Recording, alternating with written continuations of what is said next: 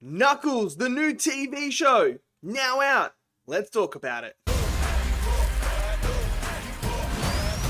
So, the new Knuckles limited series is now out on Paramount Plus for you guys to go and check out. All 6 episodes are there for you guys to go and sit down and binge. They're only 30-minute episodes, so it's not like it's an hour long or anything like that. So you could sit there, 3 hours, done, like that. That's what I did. And look, this was a series I was excited for because I love what they're doing with the Sonic movies. And Knuckles, when they introduced him in number 2, was just an instant character that you fell in love with, that you wanted to see more of. And here they go and make a show. Now, you don't need to see the show to understand what's going on in the Sonic movies. You don't need to understand apparently you don't need to watch this to see what's happening in Sonic 3. There's no real correlation. I like what they did in the first episode here, where they gave you a rundown of how Knuckles is there. They give you this quick rundown. It's not too long. And then, boom, you're ready to go. So I was excited for this. Now, this isn't the perfect series. This isn't going to be like your Shogun, your Game of Thrones, your House of the Dragon. It's not going to be, Chernobyl. It's not that type of show. That's not what it is. But what this show is it takes what you love about the Sonic movies and brings it to the TV screen. Now, you could easily call this show Knuckles and Wade, because it's very much focused on Wade and Knuckles. So the whole idea is Knuckles is struggling because now he's got the Master Emerald, he's protecting it, so he feels like he's now completed his purpose. So he's like, well, what do I do now? So this is where he goes on a journey with Wade, and taking Wade under his wing to become the ultimate warrior. So I love that dynamic that they were going to do with that. So you see Sonic and Tails in the first episode, but then you don't see him for the rest, which is fine because it's not about them and this is about Knuckles. Now, what I really liked what they did with this one is somehow they made Knuckles an even more badass character. Like, I love Knuckles from the games and that, and I love him from the animated shows, but man, when he was badass in number 2, this time he is really badass in this one, especially that final battle. Oh, that final battle, it looks gorgeous. I must say, for TV, I was kind of expecting them to not be that high quality compared to the movies.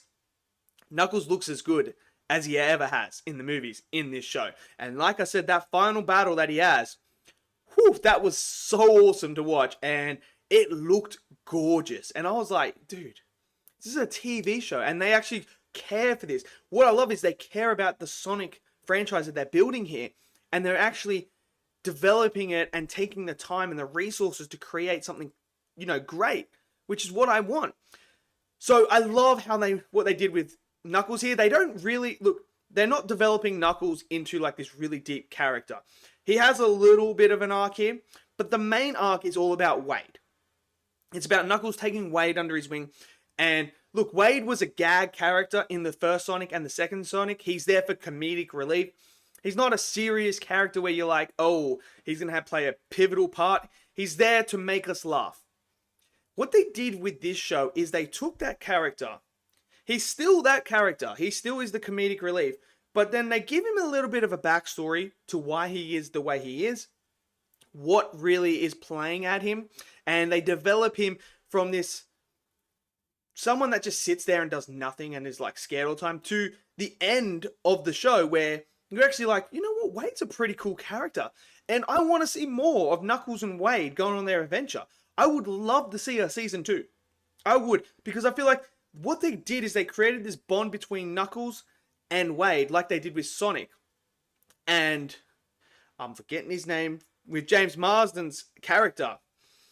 What they did with those two, they did here with Knuckles as well as Wade. And I like the dynamic that they built. And I feel like this works because it's very similar to the Sonic one, that Sonic relationship, except it's the other way around, sort of. You have to watch it to understand. But I really like that. And I love the integration of Wade's family here as well and how they are. You meet Wade's dad in this movie, in this show, and I tell you what, he's a bit of a dickbag. And what I really loved, is they took an element of, like, so you guys have seen the movie Dodgeball. If you haven't, I don't know what rock you're living under.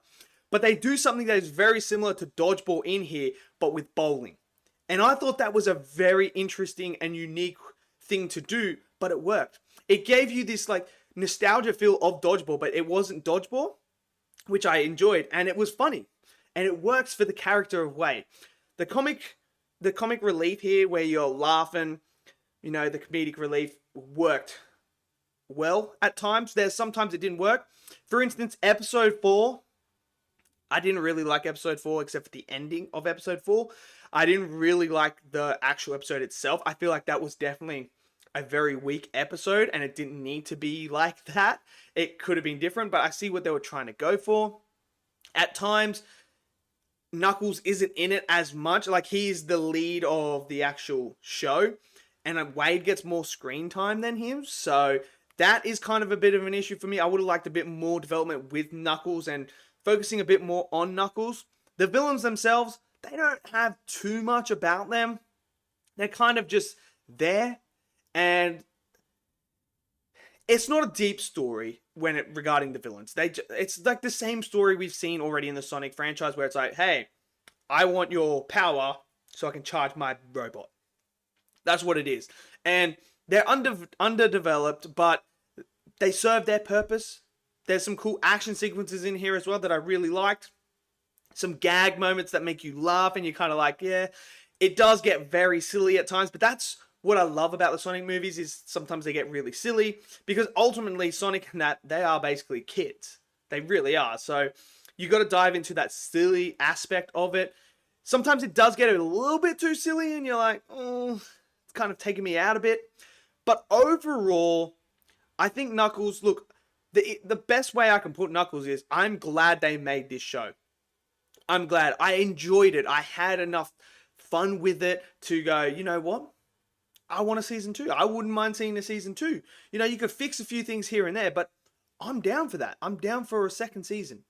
I would love that. Because I just feel like the Knuckles is such an interesting character. And look, Idris Elba is just awesome at the voice acting for him.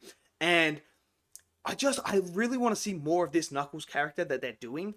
I just feel like there's just so much there that you can do with this character that is just limitless. It really is. Well, all of them you could do it. I wouldn't be surprised if we get a Tails one as well, because there's so much you could do with Tails as well as a character. But the soundtrack was awesome. I like the cinematography. You know what? For a TV show, they did a good job. They did a good job. I mean, I enjoyed it. It's not the best thing that I've ever seen or anything like that, but it's a fun time. So let me know what you guys thought. Maybe you guys didn't have the same opinion as me. Maybe you didn't like it. Maybe Wade taking over the whole show kind of didn't work for you. Maybe you don't like that character. Let me know down in the comment section below. Smash that like button, click subscribe, and I'll see you guys next video. Until then, stay safe and peace out.